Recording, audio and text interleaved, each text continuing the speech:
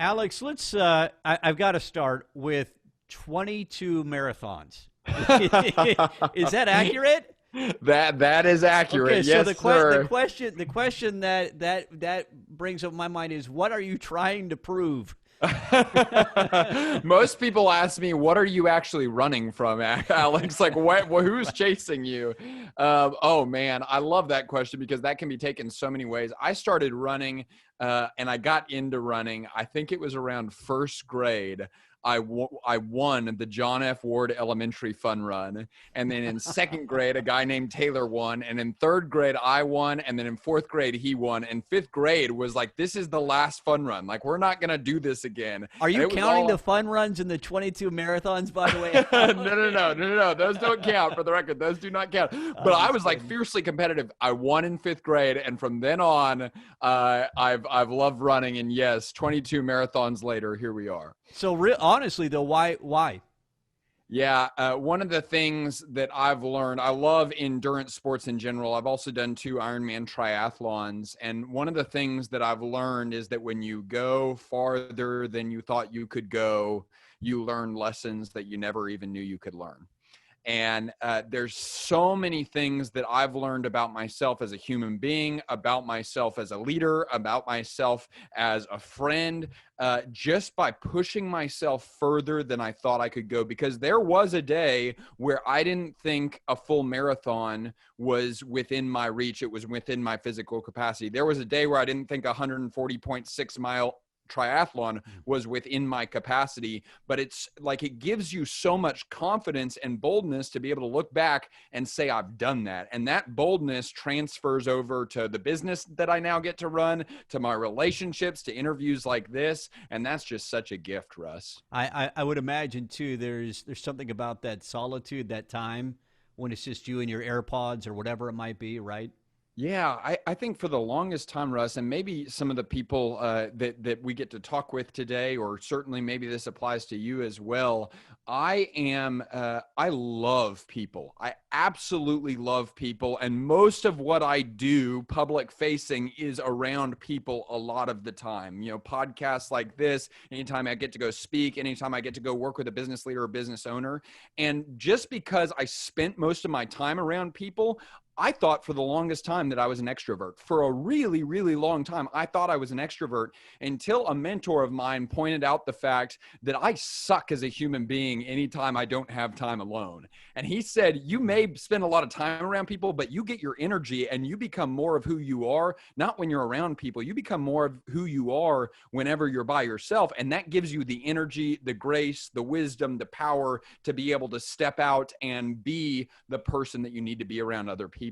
And to your point, that's what running does for me. That's so interesting because those that listen to the podcast on a regular basis know my background working in the media. So I'm totally comfortable speaking on the airwaves, knowing hundreds of thousands are listening and or being on a stage like you have many times with thousands in the audience. I don't get nervous. I get a rush, but I don't get nervous with it.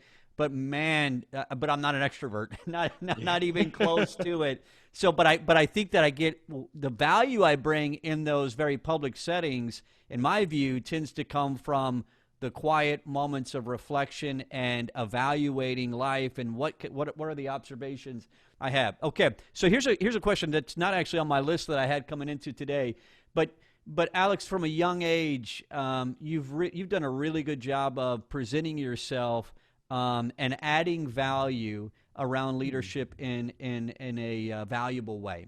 And so my question to you is, what did your mom and dad do? Oh man, we should just have them on the podcast and ask them that question.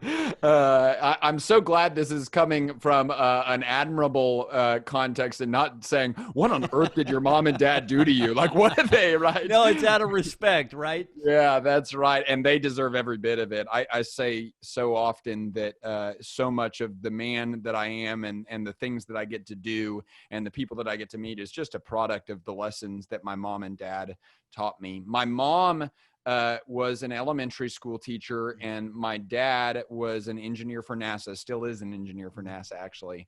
And so my constant interview line growing up, whenever I'd be applying for a job, is I'd say, my goal is to have the enthusiasm of an elementary school teacher and the discipline of a NASA engineer. And that line always worked. But that really is what it was. My mom is one of the most enthusiastic, compassionate, energetic people that I know. I mean, just has a smile that could absolutely light up the room. And I would say the biggest lessons that she taught me was don't be afraid to believe in yourself, and don't be afraid to try. I can look back to specific experiences when she would literally ask me, well, what would be the worst that could happen if you could try? And she'd walk me through things that she knew that I wanted deep down to do it, but I was just scared. And she'd literally talk that fear out of me, right? Before Chris Voss was even a thing where he was teaching people how to negotiate and label their fears, she was doing it for me in second grade. And I remember, this is crazy, Russ. I love that you asked this question. I vividly remember, it must have been early elementary school. I remember her telling me, well, Alex, there's a difference between people that are extrinsically motivated and intrinsically motivated. And she said extrinsic motivation, and people that focus on their grades, or focus on money, or focus on things that are outside to do good work. But intrinsically motivated people like you, they just do the work because it's the right thing to do, and that motivation comes from inside. I mean, unbelievable. That's just outrageous. And so she was teaching me all those principles, and simultaneously my dad lives all those principles. He's the hardest worker that I know. He's one of the most disciplined and diligent people that I know. But one of the things that I don't think I was cognizant of it as much whenever I was a kid, but I've become more observant now that I've started to realize is he's just incredibly selfless and incredibly compassionate as well. Like the questions that guy can ask a stranger and the way that he focuses on the needs of other people. Gosh, I'm just so grateful for both. We could do an entire episode literally on that question, Russ. I love that some of the leadership wisdom you gained at an early age came from an elementary school teacher mom, right? It's just they're a developer of people. It sounds like is how she viewed herself rather than a curriculum sharer. So perhaps your mom's voice has been playing out a lot in your mind over the last few months with some of the risk and changes that you've made in your career. I want to get to where you're headed and ask you some questions about that. But let's for a moment look backward. And so those that know you and are familiar with your voice know you spent the last, 4 or 5 years working alongside Dave Ramsey and Ramsey Solutions, and the Entree Leadership podcast is really where you got your biggest stage presence, if you will. Before we look forward, I'm interested in as you walked away from that and you look back, what are the 2 or 3 learnings, the biggest learnings you've gained from that experience and all the people that you've interacted with that working for Dave Ramsey gave you access to? I would say number one is the opportunity to work for and around Dave himself. That guy is one of the most remarkable leaders I've ever met, probably the strongest leader I've ever worked with, period. And because of the job that I was in, I've gotten to work with and around a bunch of leaders, both from our organization, but also from organizations around the globe. And still, that guy is my hero. I mean, he is just unbelievable. And one of the lessons that I learned from him very early on, we have a Monday morning staff meeting every Monday at 8:30 from 8:30 to 9:30. And now this is crazy. 950 people every Monday morning for an hour. Like, think about how much payroll that is and how much they're prioritizing communication, number one. So there's so many lessons just in that. But I'll never forget, I was sitting in that staff meeting at one point, and I was just focusing. They were rolling out some project or some big thing that was coming out. I can't even remember what the exact project was. But I'll never forget, I just admired the fact that Dave spoke with such confidence. And like he was talking about where the project was going, and it was going to be over the course of, I think, a year and a half or something like that. And he just spoke with such confidence. And as a result, I watched the room light up. Like literally you could see it on people's faces. He was transferring confidence from himself into other people. And I just thought to myself, I was like, how on earth is he able to speak with such confidence about something that's going to be a year and a half long? Like, how do you do that? Is that delusional? And I thought about it, and what I learned in that moment, and I'll never forget because I wrote it down in my notebook. I said, a good leader believes that let me say it again. A good leader believes that good things can happen. A great leader believes that good things will happen. And like, he just had this belief, like, we are going to win. We are going to get financial peace in every church across America. We are going to get America debt-free. We are going to take down the credit card industry. And we can have a discussion about how, but we will not have a discussion about whether or not we're going to do that. And I just saw how that confidence and that certainty just lit up a room, because he wasn't denying the fact that there were going to be bumps and hurdles and hoops, but he had conviction that he knew that it was the right thing to do. And so he didn't just believe it could happen. He believed that it would happen. And a great leader believes that great things will happen, and the how is up for grabs, right? The strategy is up for the grabs. Right. So man, what an incredible lesson there. So you're talking about vision, which is something I want to get back to in just a few minutes. I think, Alex, there are so many people in just the way that the marketplace is structured today, and the workplace that we all work in, the economy we all work in, to where there's so much more entrepreneurship. There's so much more viewing yourself as a free agent. And whether you're working for a company or actually on your own, there's a lot of value in that. And there's certainly a ton more discussion around that I'm hearing now than in the early days of my career. So the question is this: you've just made this leap. You've left the world you were just describing, and you've created, as I know it anyway, you can correct me if I'm wrong here, starting your own company. Can you help those who are listening, who are thinking about that, in whatever industry they're in or whatever stage of their career they're in, that are thinking about that? What questions, maybe 2 or 3 questions, that guided you through that process? Well, one is, it's crazy. It's that same question that my mom used to ask me in 2nd grade. And it actually wasn't asked by her this go around, though. It was asked by a different mentor. I was wrestling with this decision. This was a decision that I wrestled with for a really, really long time, because I knew that it was something that I wanted to get right. I love that organization too much, and I love that calling too much to get this decision wrong, right? And I constantly tell people, it's like leaving a brand new Bentley for a 1980 used Ford that only sometimes works, right?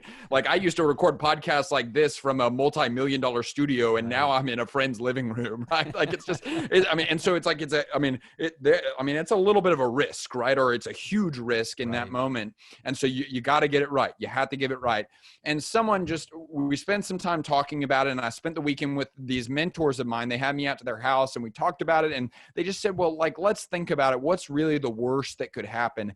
And we walked through that, and I realized that the worst that could happen would be that I would get to live my dream of getting to be an entrepreneur, and I would get to find out if I had what it took. And I was like, man, I think that even if the worst that could happen is that it doesn't work out, or it doesn't go exactly as planned, and I have to go wait tables while I'm building this business, then, like, I think it would be worth it. And so that was question number one. The second question that really stands out, Russ, is I had a mentor named Mike in Austin, Texas. He's a pastor of mine. He's a mentor of mine, just unbelievable friend as well. And he said, Alex, he said, you have to put yourself in the mindset that building this business that you're talking about building, if I told you it was going to take twice as long as what you think it's going to take, and you're going to make half as much as you think you're going to make, would it still be worth it? And I looked at him and I said, without a shadow of a doubt. And then he said, well, then I think you have my blessing, because that means that you're doing it for the right reasons. Listen, I mean, the people today that get into entrepreneurship for quote unquote, oh, I want freedom. I just want to take a break. I just want to be easy. No, shut up. You have no business being an entrepreneur. Like, I mean, yes, there are rewards on the other side, but you are going to have to hustle and grind. And if you're jumping in just for freedom, that's not the right motive. Right. I think Instagram has done so much damage to that, right? The perception of, wait, my life could look like that. Those pictures. Yeah, that's not what it looks like. Alex, we've got just a few minutes left. I have so many questions I want to ask. Maybe these two final ones. The first one is, you mix faith and business a lot. And I'm someone who comes from a spiritual background. People who listen to this podcast on a regular basis know that. And so I'm interested. Here's the question. You speak often about the calling you have. How do you know it's your calling? I don't know that you do. And I think that's why it's called faith. What I do know is I know the gifts that I've been given that I literally can't explain. Right? Like, it's like I look at them and I just say, I have no clue where those came from. Yes, I've done my job to steward those gifts and hone them, but it's like I started, and we all have these, right? You have a certain aptitude at things. Like, I mean, quite frankly, someone with your voice, Russ, there's no way you shouldn't be in broadcast, right? Like someone with that strength, right? But we can all look around and it's like there's certain strengths that it's like when you don't have the ability to explain them, and then you pair those strengths with needs that you are deeply and profoundly passionate about.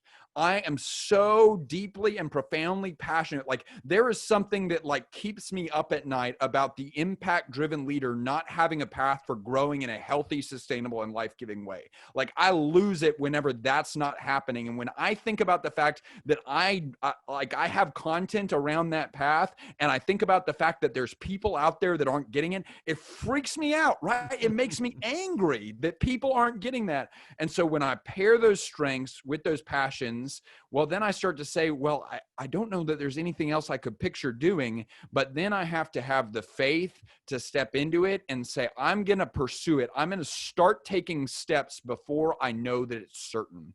And that's what faith is, right? It's before you can see the evidence, you start taking the step. And in taking the step, you actually, if it is your calling, you become more passionate about it and you become better at it. And then it just creates this virtuous cycle that people couldn't even stop it if they tried.